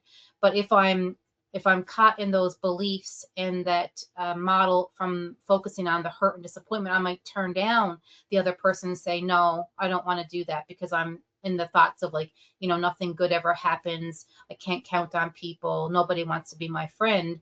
Then I'm turning down the opportunity to have a positive emotion or a positive experience. So this is like a list here of just different ideas. Obviously, again, like a lot of things I've said in this session, this is not an exhaustive list, but it's just kind of like to get you thinking about like what can be a positive experience for you. Again, there's more sessions in the Wellness Wednesdays that kind of talk about this some more, but just to kind of think about how you can bring pleasant emotions in to balance out some of the difficult things in life. So now we're going to move into the model component where it looks at the interpretations and how we can use some skills to be able to change or at least be aware of the impact of the interpretations.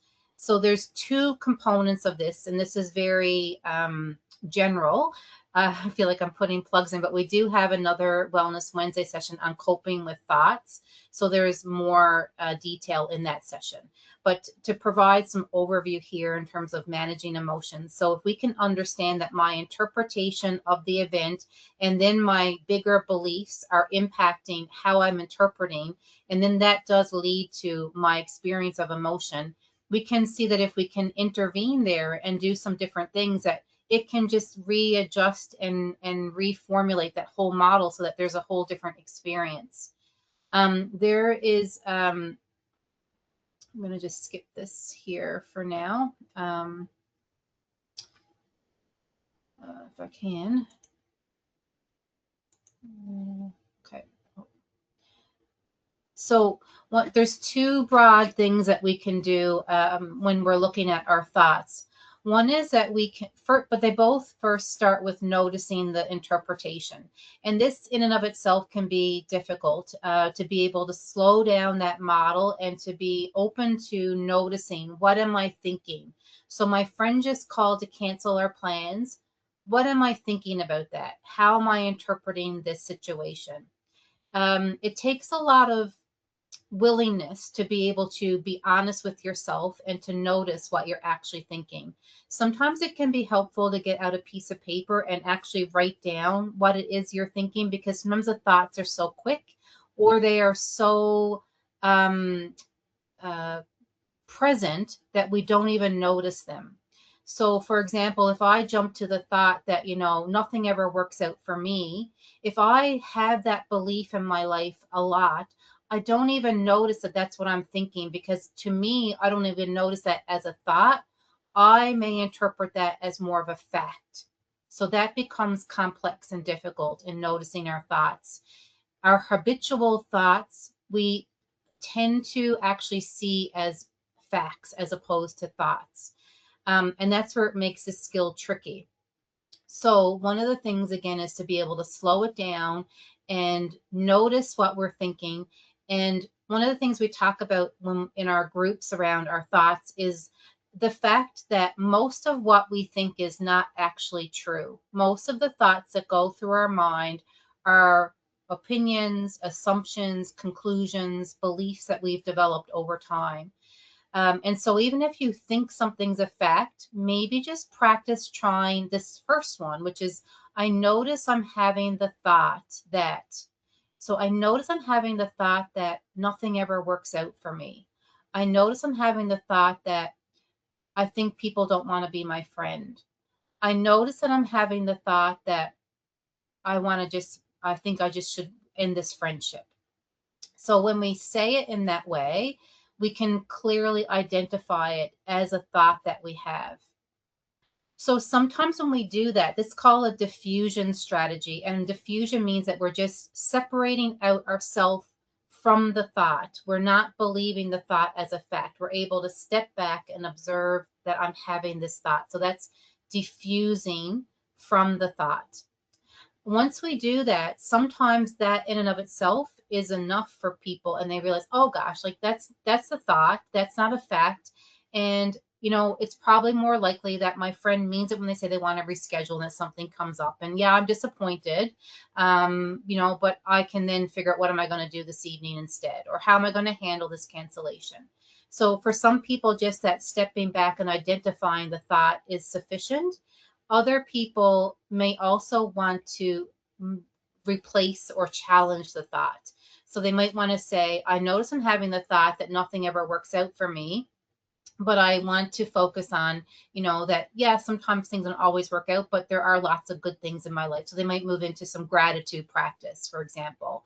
So that's another step, or another set of skills would be challenging or replacing the thoughts. So those are some ways we can manage the thinking component of the model of emotions. One of the other things we can do, and when we're noticing our thoughts, is noticing what we call cognitive distortions or unhelpful thinking styles. So on this slide now, there's a whole bunch of examples of cognitive distortions that we all, again, engage in. This is not something that just some people do and other people don't. This is, again, how our brain works. Our brain is processing so much information that it tries to create shortcuts because it cannot process every single piece of data that's coming into it, at depth. So it sometimes creates these shortcuts and labels for things. But often these shortcuts are not helpful or accurate. So being able to slow it down and identify these distortions or unhelpful thinking styles can then also help us with the diffusion. We can say, oh, I realize I'm just doing some catastrophizing here, or I'm doing some all or nothing thinking here. And then we can realize again that what we're thinking may not be factually true. So that can help us change our interpretation, and then that can lead to a shift in our emotion.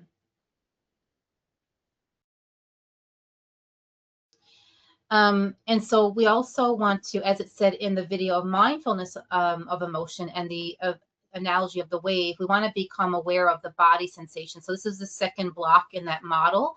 So being able to notice the body sensations that we have, and being able to be mindful of these, but even just to be able to normalize them, because another thing that happens in mental health is that there are often a lot of physical symptoms in the body that people of course don't like. They're not pleasant experiences lots of times if we're talking about the painful emotions, but people often develop anxiety and fear and confusion about these symptoms in their body.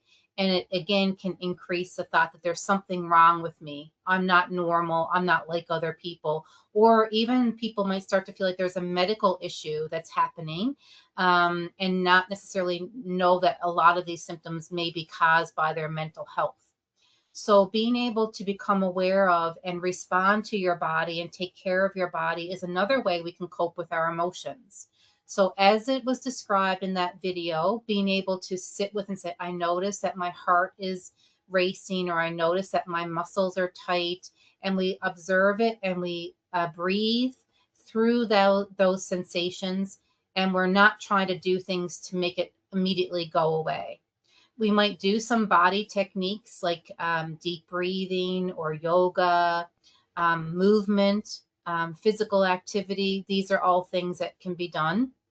So again, I'd encourage you to watch the video on coping with intense emotions, because we go through how we can work with our body. We also have a video on understanding fight, flight, and freeze. So it will go through these things in more detail about how to respond at the body level. But the first thing too, before you can do that, is again the noticing and the awareness. So you can do a body scan, for example. You also could get a piece of paper and just draw an outline of a figure of a physical body and write on it what you're feeling in different parts of your body. You also could, if you're creative and you like to be a bit more visual, you can get more creative and like kind of use colors and images and metaphors. You can, like we use, for example, the phrase like, I feel like there's butterflies in my belly. So if you're creative, you could draw that and to acknowledge how it feels in your body. But whatever the way you do it, whether it's through like just kind of sitting mindfully and noticing, scanning through your body, or drawing it or saying it out loud, being able to notice the connection between your physical sensations and what emotion you're feeling. So it all kind of ties together like pieces of a puzzle. So when it comes to the body's sensations, though, where it can become more problematic is if we act on the sensations or the action urge without awareness or without intention, or when we get into trying to avoid those sensations in the body completely, that can become problematic. And on the other side is when we're hypervigilant to the body or we're numb to the body. So all these different variations are ways that we can create more escalation of the problems of emotions. So for example, with the first one, if we act on the urges in the body, so every emotion has an action urge. So if you, for example, think about anxiety, feeling fear, our action urge is to get away because we think that there's a danger. If we think about anger, the action urge is to lash out or to protect ourselves. If we think about worry or concern for someone, our action urge is to comfort and to protect. So emotions have action urges. Sometimes the action urges are valid and helpful and appropriate and effective. Other times they actually escalate. So if I have the action urge, I'll go back again for consistency to my example of my friends canceled our plans for this evening. If I have the emotion of hurt and rejection, and my action urges to push that person away even further because I don't want to feel rejection, so I'm engaging in avoidance to try to prevent this from happening again, so I act on the urge to push that person away. Maybe it was not the person not caring or not wanting, and I've lost a friendship. And so then I'm reinforcing my belief that, like, you know, I can't count on people. There's something wrong with me. Life doesn't work out for me. So I'm actually perpetuating that belief by my actions. And I don't have a chance to overcome it or to experience something different. So that would be problematic. So my action urge might not be helpful. However, if that scenario is a little bit different and this person has repeatedly canceled, they have repeatedly shown they are not able to commit to making plans, they have repeated examples of not being there for me when I need them, then it might be okay to say, you know what, my action urge is telling me I need to step back from this friendship. Then it might actually be helpful and effective to take a step back and have some boundaries with this person. So it's going into wise mind again to say my emotions are saying this, my rational, reasonable brain is giving me these pieces of information, then my wise mind is telling me which way is helpful to proceed. In the second part of the slide, it says there can be problems in paying attention to our body when we're hypervigilant. So the opposites of being hypervigilant or not at all aware. So there's again a middle ground here we want to try to get to, where we're not numb and detached from our bodies, but we're not kind of panicking or escalating, you know, every sensation we have in our body. What I find is helpful is if we again can have the awareness like that. Okay, yes, it makes sense that my stomach is clenched, or it makes sense that I have a headache, or it makes sense that my heart's racing because this is what's happening and this is why it's happening. And then we go into the body tools, the body responses that are helpful to work with our body.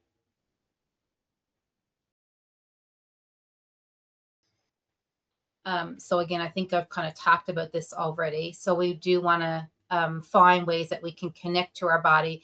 If you have difficulty noticing your emotions, or you do feel a bit numb in your emotions, it can be helpful to connect with your body's awareness and then like notice the body sensations, because it might help you to then start to identify emotions. So you can use these strategies to create reminders to check in, find body scan techniques that you like. So you can Google body scan. And what I often recommend for people is that you might try out a couple before you find one that you like. Even something as simple as a person's voice. Like sometimes you might like a male or a female voice. You might want, a certain length of a scan. You might have like just 5 minutes. Other times you might want to do a longer one when you want to relax or have a bit more time. So just being able to go into YouTube, or if you have any apps that have body scans, you can find ones that you like. You can just simply get still, give yourself 5 minutes of quiet time, and just ask yourself questions. How is my stomach feeling right now? How are my shoulders feeling? What's happening in my jaw? And just notice. And the body map was what I described earlier, like drawing a picture. Okay, so we're not going to do this body scan meditation right now because that's for our Wellness Wednesdays live version. And so I'm going to move into another piece of the model now for being able to cope effectively with our emotions. And so I've already also started to talk about this a little bit in other areas where we check the facts. So this goes back to our interpretations again, and being able to mindfully see, does this emotion fit the facts of the situation?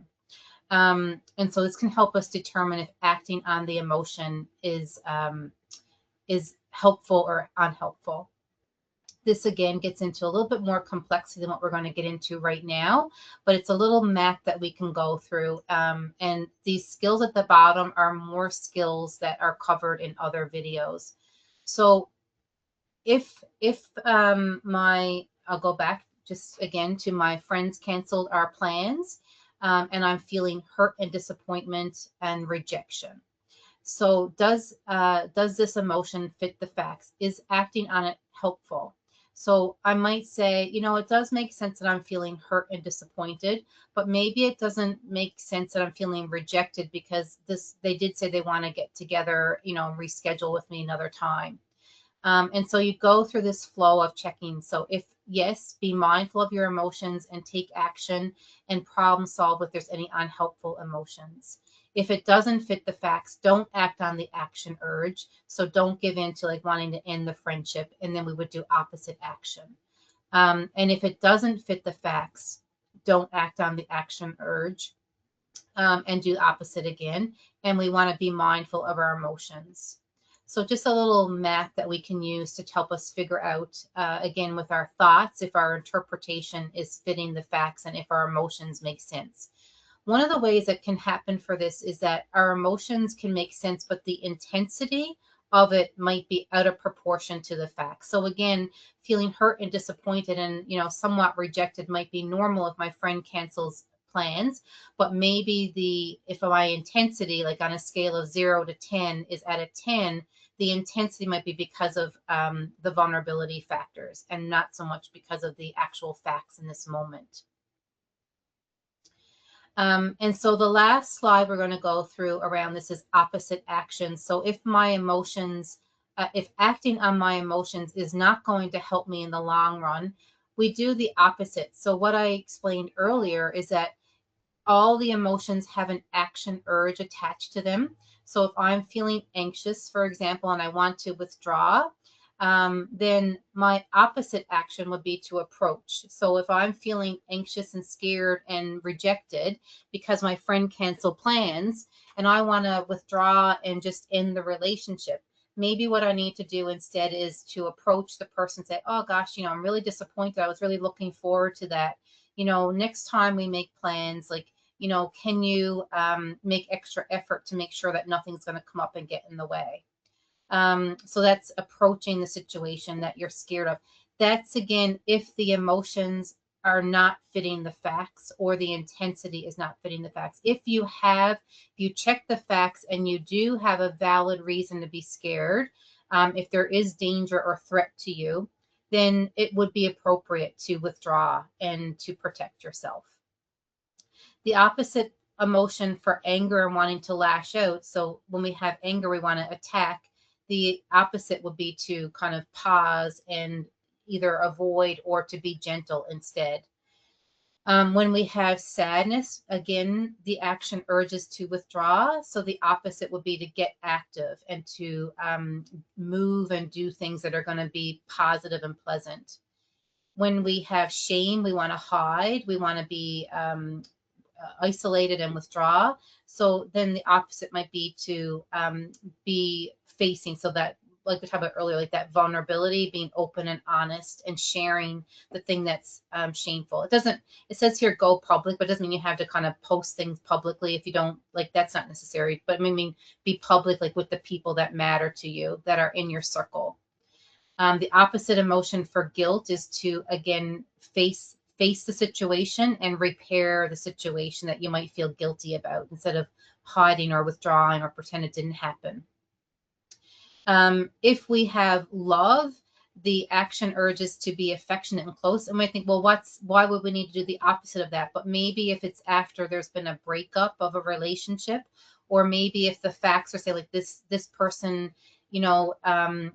is violating my boundaries, or it's not healthy for me to show up with love or be loving, I might need to put up boundaries. So the opposite action would be to create some distance. So these are ways that we can intervene back to that model of emotions, and we can change the experience. So again, we can't change our emotions directly, like we can't turn off a feeling. As we've talked about in this session, all emotions are valid. We have a right to feel our feelings, and there's nothing wrong with us for having emotions. But sometimes how we cope or how we respond can be problematic and can add to the situation. So we want to be able to change how we think about a situation or how we interpret things. We want to change our action responses for emotion. So if acting on emotion is problematic, we want to either, at the very least, like not act on it. And if we can do the opposite action, then that sometimes is really effective. And we also want to change our body's response, or at least learn how to cope with our body's response or our body's activation, so that we're not trying to do things to numb and avoid our body's sensations. When we do those categories, when we do those interventions, the emotion itself doesn't always go away, but we can feel more effective in coping with it. We can understand our emotions. We're not adding to our suffering or adding to the intensity of the emotion. And over time, we start to feel more effective and more confident in our ability to handle all the different emotions that come with life. I think one final thing I want to say as I clue up this session is we've been talking mostly about the painful emotions, but when we also look at emotions, there's always also the pleasant and the enjoyable and positive emotions. So one of the other things, again, like we talked about with that slide of seeking out pleasant events, but is really to be present when there are positive or pleasant emotions. So when there's something happening in your life that is joyful or brings happiness or brings peace and contentment, we can also work on trying to be mindfully present to those things too, because when life does hand us curveballs and struggles, it's unfortunately a part of all humans' existence. We have those difficult things. But if we miss out on, or we're not present for the positive and the pleasant ones, it can feel like that's all life is about, is the pain. And so it's really important to learn skills to cultivate mindfulness for pleasant experiences. They sometimes can just be like a moment. Like it could be like, I'm going to just really enjoy my first sip of tea or coffee in the morning. I'm going to enjoy hearing that child laughing. I'm going to enjoy this hug right now in this moment. I'm going to enjoy sitting down at the end of the day and watching my favorite TV show. Whatever is the moments that bring you pleasant sensations, pleasant experiences, pleasant feelings, trying to bring your awareness and just be in those moments as they happen. Again, that might sound simple to do, but it often can be quite challenging, especially if there's a lot of difficult things happening. Sometimes our body or our experience is in one place, but our mind's in another place. So when we have those pleasant emotions, to really try to immerse ourselves in them and really make the most out of them when they are happening. So that's another piece of the puzzle of being able to manage our emotions. So on that note, I'm going to bring this session to a close here now. And I'm going to just share some resources that you can avail of. If, as you've gone through this session, you're thinking, I need some more help to be able to implement these things in my life, or, my emotions are, quite painful right now, and I feel like I'm not really able to handle this on my own, I do want to let you know how you can access more supports. This is not an exhaustive list by any means, but this is a starting point. One of the most easy ways is to go to Bridge the Gap. There are a lot of linkages to other resources that you can access through Bridge the Gap. So it's when you go into Bridge the Gap, make sure you're looking at the Newfoundland version of it. And then there's an adult and an adolescent and child version. So if you're an adult looking at this and you want to access services that are for adults, you can do that. You've already probably navigated there if you're watching this video, unless someone sent you the link. But all the other Wellness Wednesday sessions, if you go into Bridge the Gap under adult, on the top you would click online. And then in the online, you scroll down and you'll see the recordings. So some of the other topics that I mentioned to you, can find the other recordings there. Also, 811 is another good way to start to access other resources, as well as Doorways. So all across the province, there are Doorways clinics available. So the quickest way and the easiest way to find your local Doorways clinic is to Google like your nearest hub, I would say, your nearest health center and Doorways, and you'll get the information on the location for your Doorways, the times it's open, the phone number, and the address. So you can connect with your local Doorways clinics, usually for really quick access, usually no more than a day or two before you can get in, and often on the same day. So you can access services and find out about other options through your Doorways clinic. And as I mentioned, by calling 811. So those are the 3 access points for services in NL Health. I always like to encourage people to know about or access LifeWise, which is a peer support organization in our province. LifeWise operates a warm line, and they also have groups and education sessions and programs that are really valuable and wonderful in terms of peer support. So not everybody needs high intensity professional services, or some people access both at the same time. So LifeWise is a really great organization. You can look them up as well. On Bridge the Gap, you can also access some of these other services like the ICAN anxiety and depression programs. You can also access therapist-assisted online resources, which are modules that you can go through at your own pace. Some of the modules have been compiled into what's called online short programs, which you can also access under that online option on Bridge the Gap.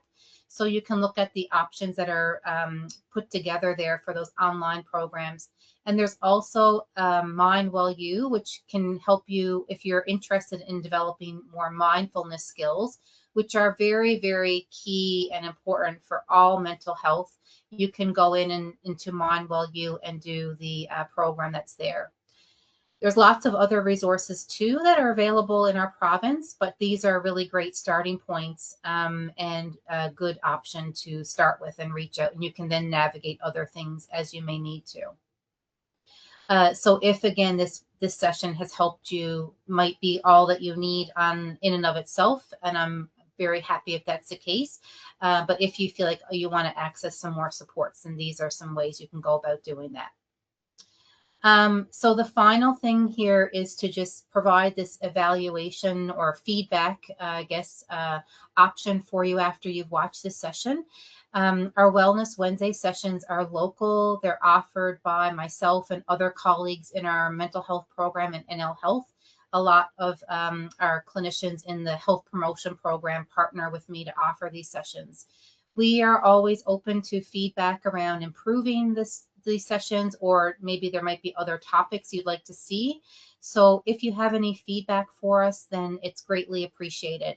This feedback doesn't come directly to me or to our NL Group's program. It does go through a quality and evaluation program, and then the information comes back to me for awareness. So it's anonymous and very, very appreciated and very helpful. So if you ever would be interested in giving us some feedback on these sessions, that would be great.